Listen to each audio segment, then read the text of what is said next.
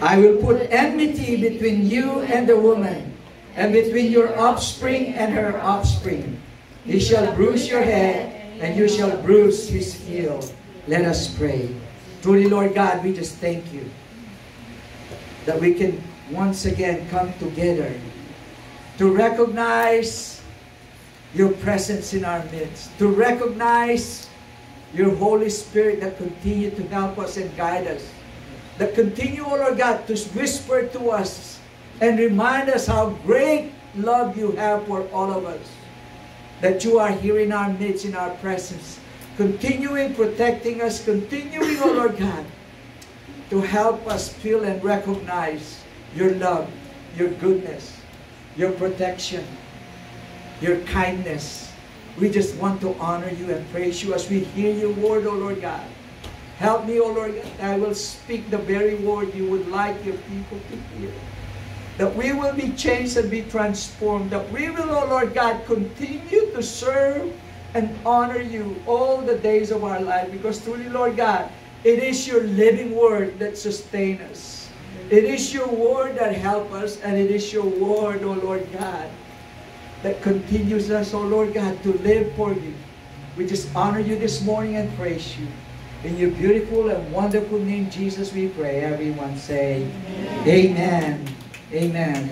Today is the first Sunday in December, which means Christmas is just around the corner. Can we give the Lord a hand of praise? Because this is the wonderful time of the year. Amen. This passage from Genesis may not be a text that many people think, when we talk about Christmas.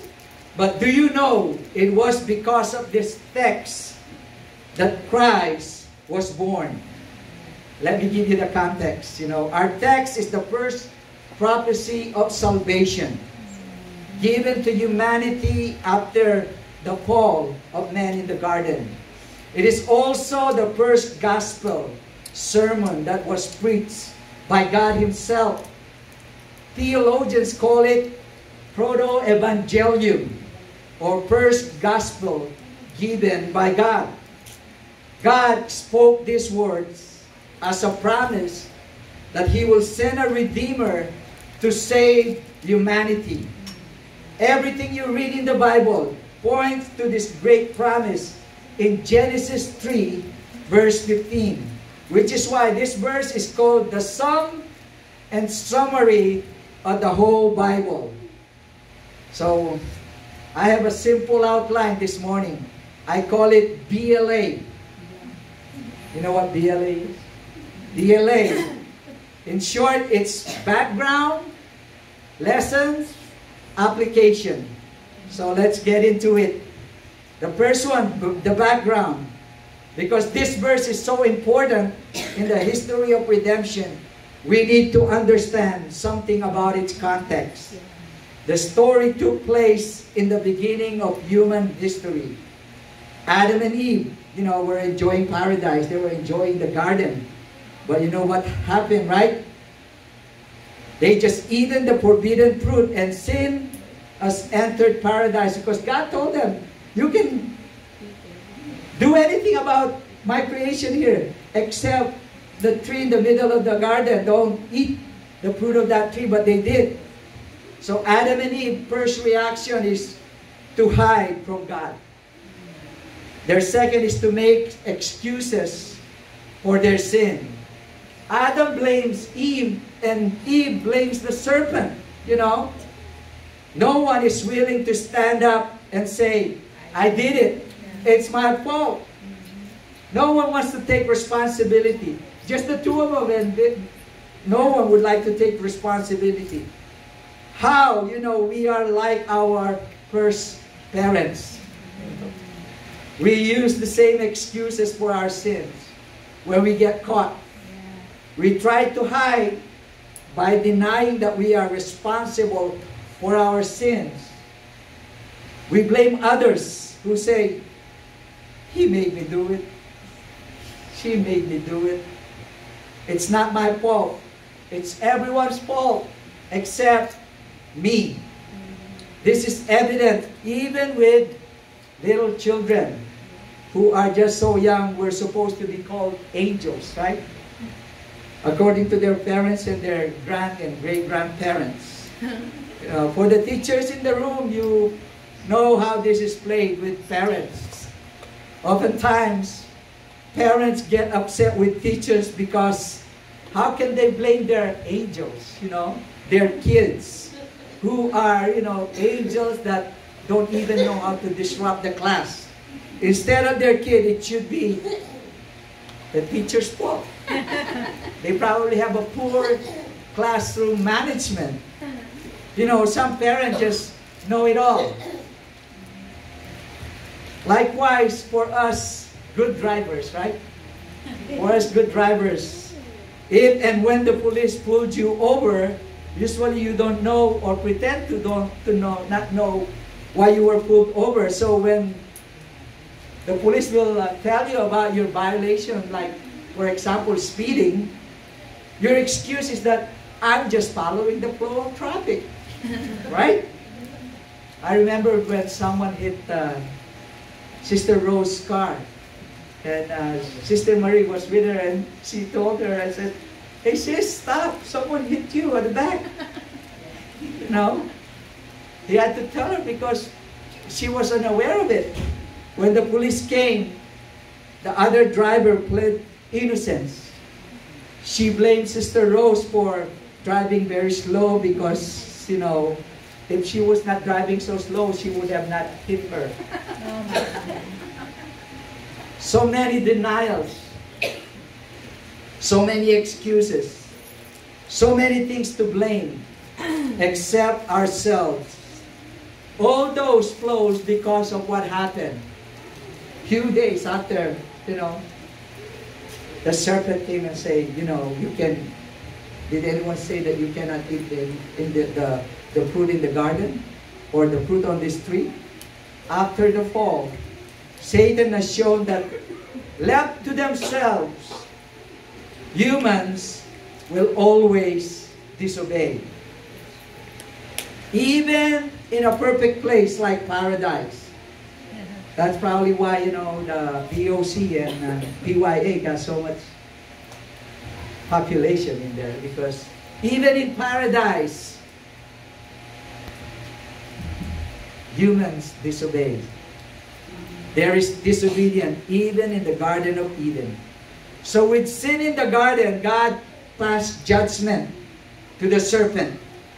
The first consequence is fulfilled right away, and the other is for Satan's future destruction. In verse 14 of our chapter 3 of Genesis, it reads, "So the Lord God said to the serpent, because you have done this, cursed are you above all livestock and all wild animals. You will crawl on your belly, and you will eat dust all the days of your life." This punishment happened right away. And this explains why serpent is cursed above every other animal. It crawls on its belly, and as it moves on the ground, it eats dust, as God declared. After that, God spoke the strongest punishment to the serpent, which is our text this morning. In verse 15, "I will put enmity between you and the woman, and between your offspring and her offspring. He shall bruise your head, and you shall bruise his heel." This is bad news. Bad news for Satan, but good news for humanity. You know why? Because God doesn't need to ask Satan what he did or why he did it. The Lord already judged Satan when he threw him out of heaven. And we read that in Revelation 12, verse 9. The great dragon was hurled down. That ancient serpent called the devil or Satan, who leads the whole world astray. He was hurled to the earth, and his angels with him. So for a few short hours, Satan, seems to have won the great battle with God because he got the first, men and woman disobeyed. But his victory was short-lived because God has planned all along, and Satan is not part of it. Satan is forever excluded from God's plan of salvation because salvation is just for mankind. That's the reason why Jesus was made like us, not like the angels. Hebrews 2:14 reads, because God's children are human beings made of flesh and blood, the Son also became flesh and blood. For only as human being could he die, and only by dying could he break the power of the devil who had the power of death. That's the good news. For God so loved the world that he gave his only Son to become like us so he can die for our sins and redeem us. So that's the background. Let's go to the next, letter there. The lessons. There are 3 lessons I'll share with you. The first one is Christian life involves constant struggle. Let me read our text again. I will put enmity between you and the woman, and between your offspring and her offspring. He shall bruise your head, and you shall bruise his heel. The key word there is enmity or hostility. It means animosity. Another translation on New Century Version, it reads, I will make you, the woman, enemies to each other. I will make you and the woman enemies to each other. Your descendants and her descendants will be enemies.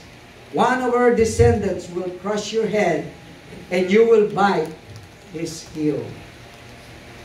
First, Eve representing humanity, and the serpent representing Satan. They will forever be in constant struggles as enemies.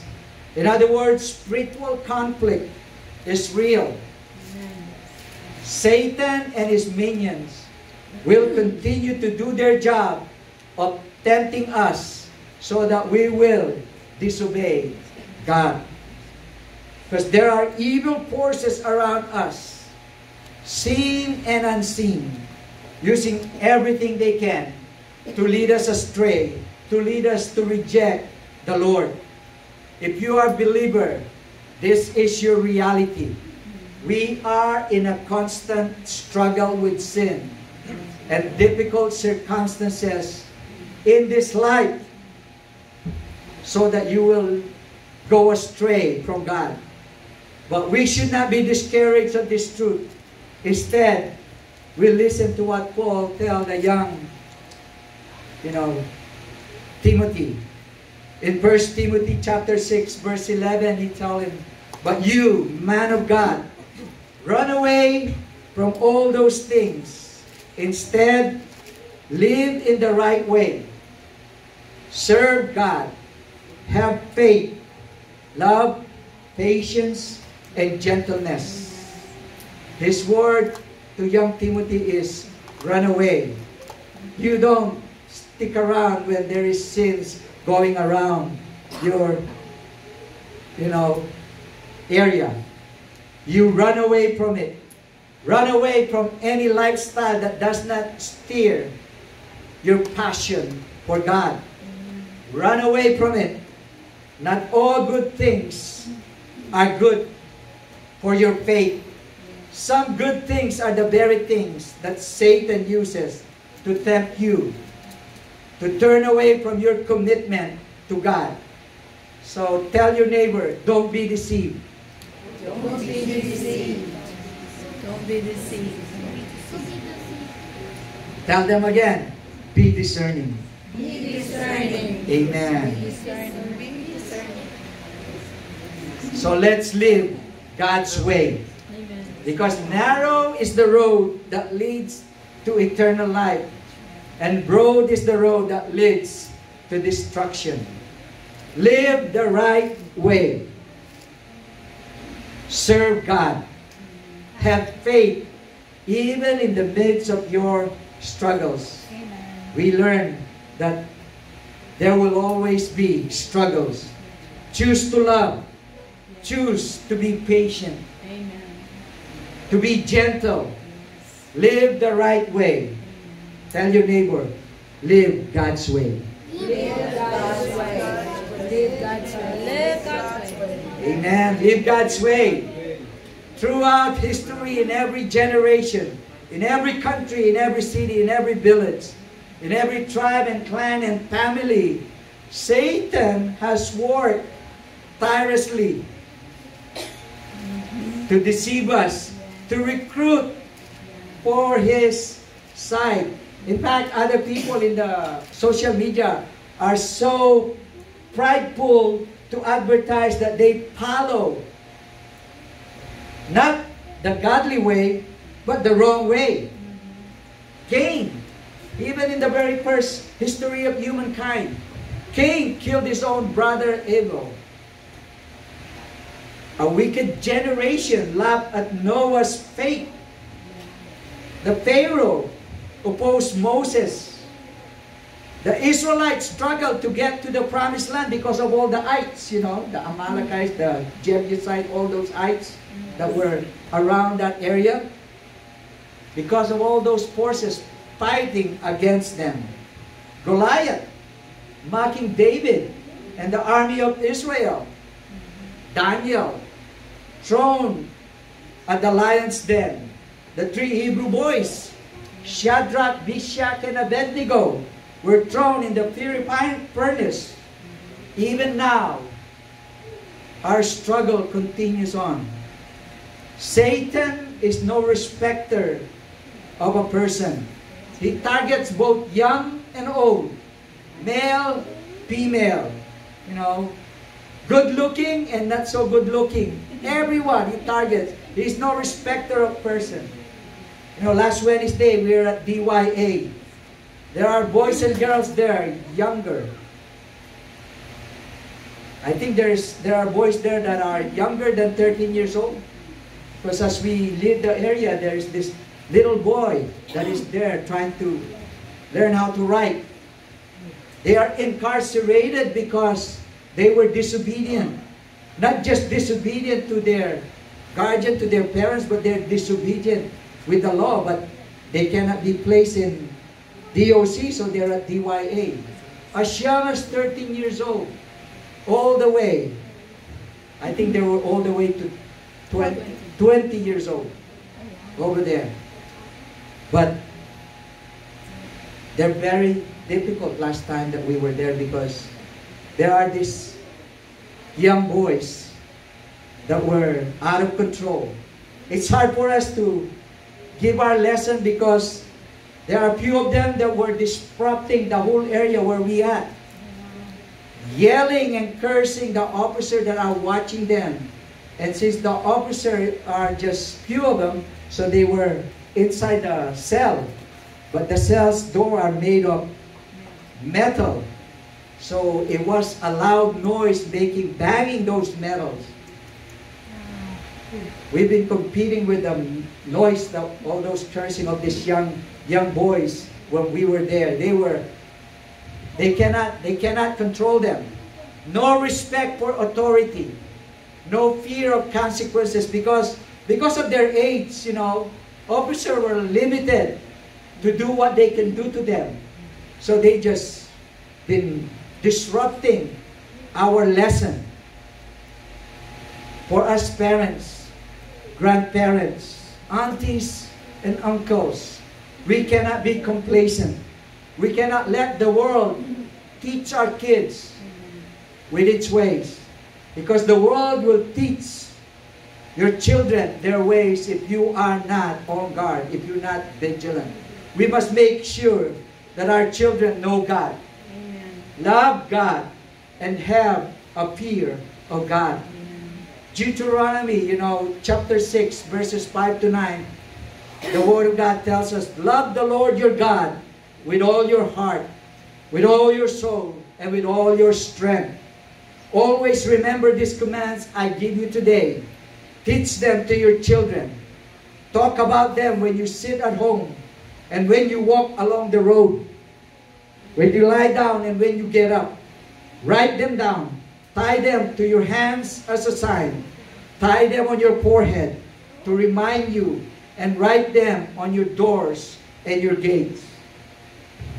When our kids are rightly connected to God, right relationships with one another, and right living will flow from it. Can I get an amen to that? Amen. It's not a secret. Satan is on a mission to kill, steal, and destroy us. And we ourselves are not exempted from this attack. Even now, many of us are in the midst of serious battles. But we don't fight like the Word does. We fight our battles on our knees, pleading for the return of the prodigals, the backslidden, and winning the lost for Christ. Amen. Yes, Christian life involves constant struggle. But we are not alone in our struggle, because the Word of God tells us, greater is He that is in than he that is in the world. The next lesson is, what God declares, He delivers. Can we read that once again? What God declares, He delivers. Let me read our text one more time. I will put enmity between you and the woman, and between your offspring and her offspring. He shall bruise your head, you shall bruise his heel. We see Genesis 3:15 is God's first promise to fallen humanity. What God declares, He delivers. God declares that a Savior will be born of a woman, and God delivers. When Jesus was born on Christmas Day, the prophet Isaiah also gave this prophecy in Isaiah 7, verse 14. It says, all right then, the Lord Himself will give you the sign. Look, the virgin will conceive a child. She will give birth to a son, and will call him Emmanuel. Can we read what Emmanuel means? God is with us. God is with us is the heart of the Christmas story. God is with us. Tell your neighbor, God is with you. God is with you.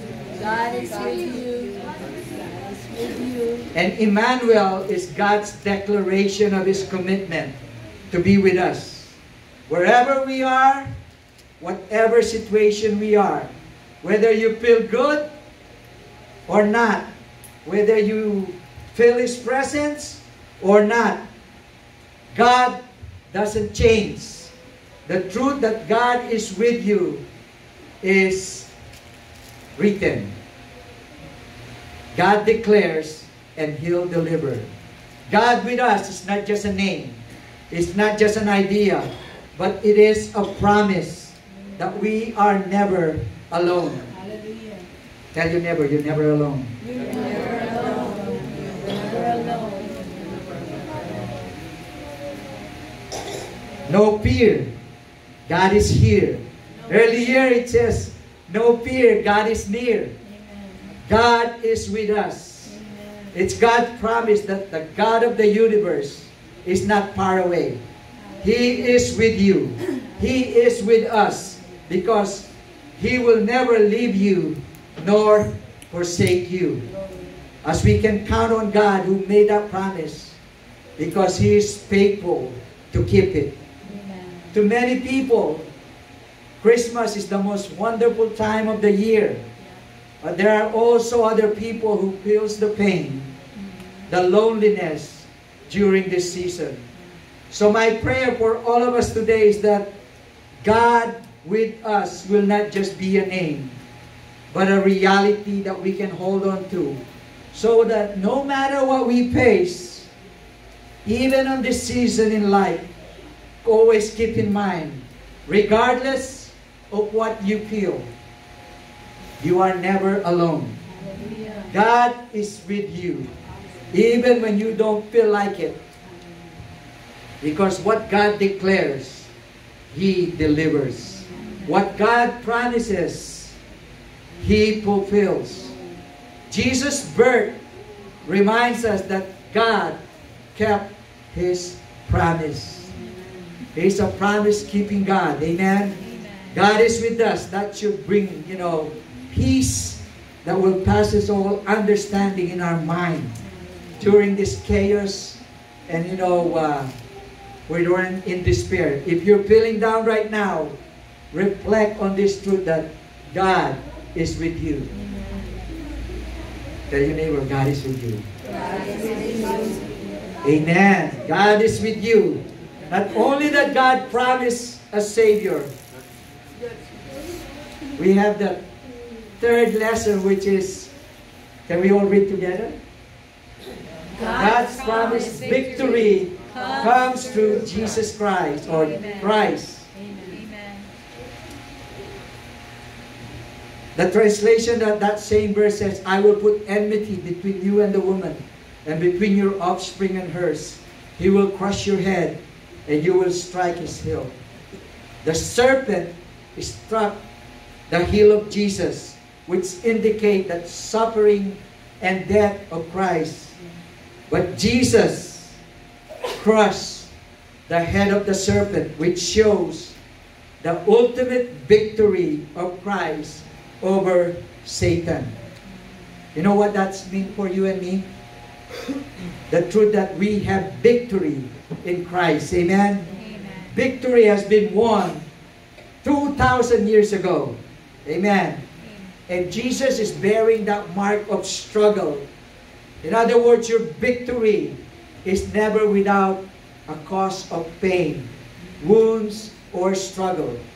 Christ suffered tremendously, culminating in His crucifixion before He won the victory over Satan, death, and sin.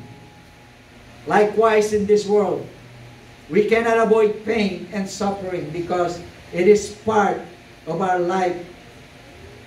Since Genesis 3:15 was mentioned to us, every saint of God goes through challenges in life, but God has promised victory to those who will endure the pain, to those who will not quit the race, to those who will not give up. Tell your neighbor, do not give up. Do not give up. Do not give up. Do not give up. Do not give up. Or if you want to make it shorter, say DGU. DG. Don't give up. Don't give up. Only those who will persevere and not give up, those who will keep the faith, will receive the promised victory through Jesus Christ. Hebrews 10:39 tells us, we are not people who turn back and are lost. Instead, we have faith and are saved. So what is the goal of our faith? 1 Peter 1:9 tells us the reward for trusting Him will be the salvation of your soul. The reward of our faith will be the salvation of our souls. Jesus was in intense agony in the Garden of Gethsemane, but He prayed to the Father to be spared from going through that suffering. He even sweat blood, yet in the end, He surrendered to the Father's will and He said, let Thy will be done, because He was obedient even to death. To this day, He bore the scars of His sacrifice. Yes, He died, but on the third day, He rose again from the dead and is now seated at the right hand of God, wearing the victor's crown. Amen. Amen. Let me encourage you this morning. Whatever challenge you face, the journey may be difficult. It may feel like it's taking forever. and you're getting tired dealing with the same issue over and over again, tell your neighbor, DGU. Don't give up. Be encouraged, because no matter how long the journey is, no matter how bad the situation looks like, you know who has the victory. Amen? Who has the ultimate victory. Just look at the cross and you would know who wears the victor's crown. Likewise, that is how you and I know our story would end. You know, one of the songs we sing in this church that gives me joy and hope had these lyrics. I think I made a slide for it. Can we all read together? You are always fighting for us. Heaven's angels are around. My delight is found in knowing that you wear the victor's crown. You may get tired, you may get exhausted, but you know there is victory at the end, because you are with the one who wears the victor's crown. What could be more delightful than knowing that at the end of our story, we are on the side of victory. We see Jesus wearing his victor's crown. Tell your neighbor, victory is ours. Victory is ours. Amen. For the battle is the Lord's. Amen. Revelation 20:10 tells us, and the devil who deceived them was thrown into the lake of burning sulfur, where the beast and the false prophet had been thrown. They will be tormented day and night. Not only that, forever and ever. As we wait for our victory, by His grace, let us put our hope in Jesus. Amen. Tell your neighbor, let us live to worship Him. Let us live to worship Him. Amen. Let us live to worship Him. Now we go to the third letter, which is application. What do we do to apply this lesson? First one, don't be afraid of trials. Amen. We already know that Jesus said about difficult times, because in John 16:33 He said, I have told you this so that you will have peace by being united to me. The world will make you suffer, but be brave. I have defeated the world. Jesus said, expect pain and sorrow, because as we are still here, we will experience that, but there is a great promise for us on the other side. Amen? We know that is true. It doesn't take a genius to know that life here is difficult. It's difficult in different ways to different people. More so for others. Sometimes we bring difficulty upon ourselves. And sometimes other people brought it to us. It doesn't matter. Even if you're rich or poor, old or young, man or woman, every which way you look at it, we know that life is difficult. And more difficult if you are a believer, if you are a Christian. Because the ways of this world is very much against the way of those who live for the Lord Jesus Christ. Sometimes we cry. We cry of the pain and discouragement, but we have to endure. Because Jesus promised us that He will wipe away our tears. Isaiah 25 verse 8 says, the Lord God will wipe away every tear from every face. He will take away the shame of His people from the earth. Hallelujah. The Lord has spoken. Whatever the Lord declares, He delivers. We learn that, right? Amen. So it's okay. It's okay to cry if you cannot take it anymore. It's okay to cry. It's okay to tell Jesus you're not okay. I think there was this popular who says, it's okay not to be okay. The Lord knows what's going on, and He understands. Let your tears flow. For the Lord has promised He will wipe away every tear from every face. No matter how much struggle you have in this world, don't be afraid. Because we may have different struggles in life, but we have the same Savior. Amen. He is the same yesterday, today, and forevermore. And that Savior is Jesus. 1 John 5:5 said, who is it that overcomes the world? Only the one who believes that Jesus is the Son of God. We don't give up because we have victory in Christ.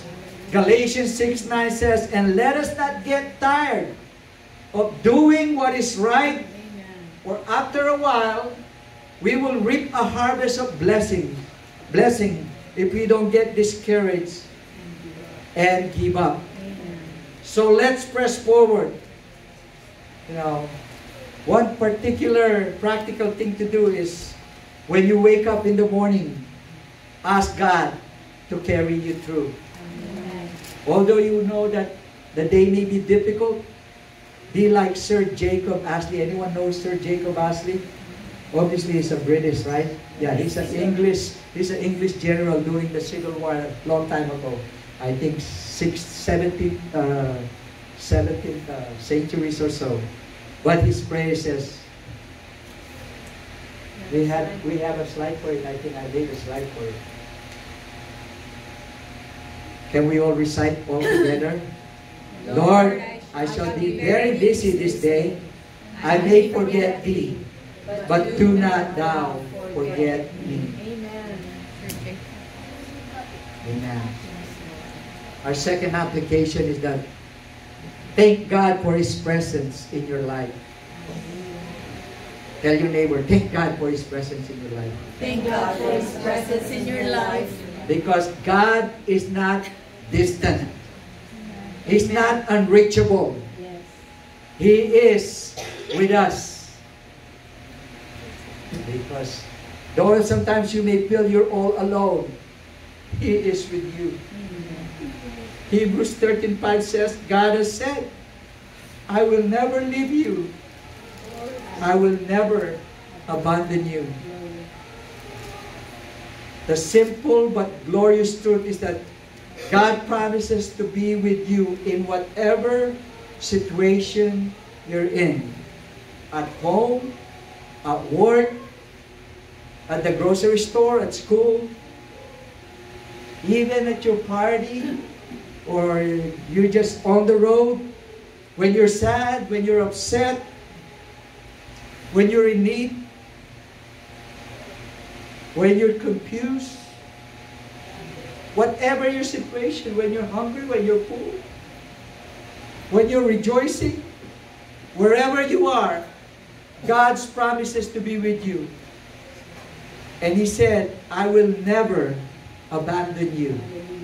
That's the truth that should bring comfort and fill your hearts and mind with thanksgiving, peace, and a grateful heart. That's why whether you feel His presence or not, get in the habit of what? Rejoicing always. Hallelujah. Thanking God. Because He is not away. He is near you. Amen. He is with you. And this Christmas season, make it your goal to reach out to someone who needs to hear this truth. Ask God to use you so that you could share His love with someone who may feel lonely, alone, abandoned, or discouraged. And lastly, I know you probably know it, but the third application is trust God. Tell your neighbor, trust God. Trust God. Trust God. Trust God. You know, there was this, I just remember this, the reason why the dollar is the what do you call that? The money that is being used, all of the currency of the world, is because of that inscription there. In God we trust. Yes, there will be struggles, there will be pain, yet in all this situation, God never leaves you or abandons you. So don't be afraid. Don't let your struggles put you down. Instead, what was our application? Trust God. Trust God. Because God has set a time for all these things to come to pass, that we may declare His glory, that we may declare His praise in our life. So let me close with this story. It is told on a Sunday class that I've been asked the question, in your time of discouragement, what is your favorite scripture? I know most of you, since this church is highly, biblical on our Bible study every Monday, you will have your own scripture. But this is my story that I would just like to share. So in your time of discouragement, what is your favorite scripture? As the facilitator asked. A young man said, the Lord is my shepherd, I shall not want. Psalm 23 verse 1. A middle-aged woman said, God is my refuge and strength, a very present help in time of trouble. Psalm 46 1. Another one said, in this world you will have tribulation, but be of good cheer, I have overcome the world. John 16 33 to 35. But there is an old man seated at the very corner in the last part. His name is Mr. Jack, who was 80 years old, like me, got gray hair, but I think he's taller than me. Stood up and said, with as much strength as he could muster, he said his favorite scripture. And he said, it came to pass.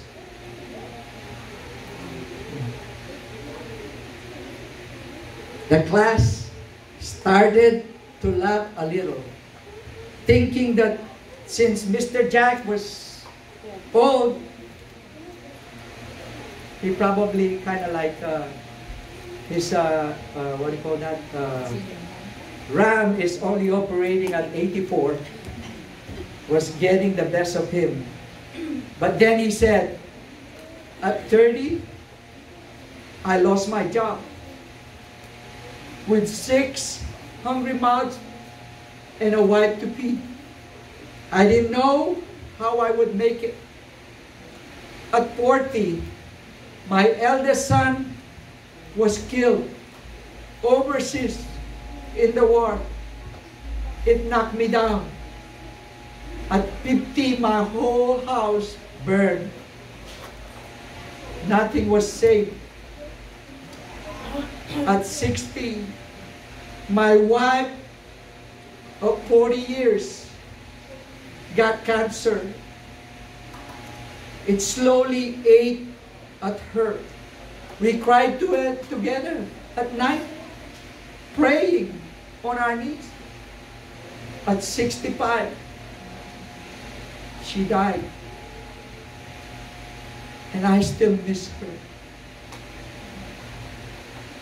The agony I went through each day, each situation was unbelievable. And I wondered where was God.